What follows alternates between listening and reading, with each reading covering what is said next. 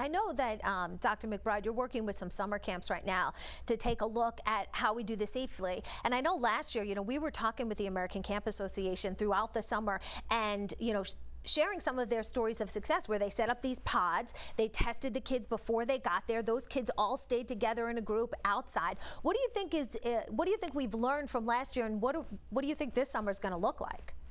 Well, it's a great question. And remember that this year is going to be an entirely different ballgame than last year because of what Dr. Griffin just said. We are going to be much further along with the vaccination rates going as they are. Zoe McLaren had a wonderful opinion piece this morning in the New York Times about exponential decay, about how we are, assuming that people continue to get their vaccine as they should to protect themselves and protect their communities, that we are going to be in a much different place, even tomorrow, next week, but certainly by the time camp rolls around, with the risk of getting COVID.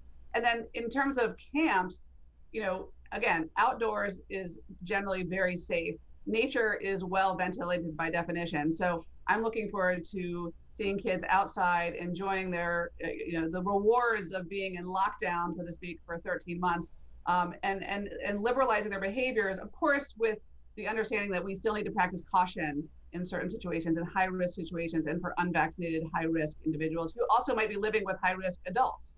Right. And Dr. Griffin, I believe you worked in a camp, am I right? When I was a kid, when I was right out of high school, I worked at Camp Jabberwocky. It's a cerebral palsy camp on Martha's Vineyard with kids with spina bifida, Down syndrome, cerebral palsy. So I know as a counselor what a magical, wonderful experience for me as well as the kids. And just like Dr. McBride, I'm working with a lot of camps to try to make this a safe, successful summer. Because, if you miss this summer, every summer that you don't get the opportunity to go to summer camp, you're not getting that back.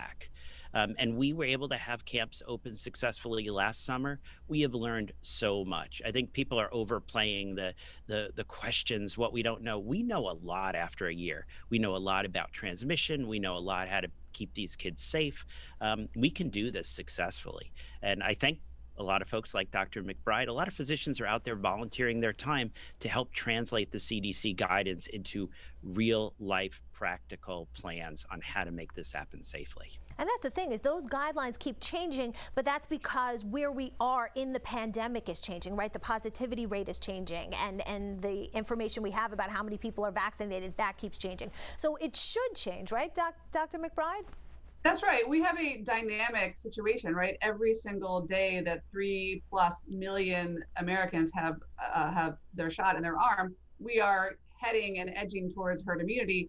So it's appropriate to adjust public health guidelines and to shift our internal narrative of what we can and cannot do in our own lives as the public health landscape shifts. But of course, there's nuance everywhere. One of my favorite words in the pandemic is nuance. And arguably, the reason to have a primary care doctor or a pediatrician is to be able to marry public health advice that's broad with your unique health condition. Because of course, we all have unique health conditions. What we also have in common is we have the need to prevent disease in ourselves, but also to prevent despair. And if you look at the evidence on the costs to children of the pandemic, which it's been enormous. So I really, really am urging camps to think hard about opening up, being and using the facts to guide their decision making.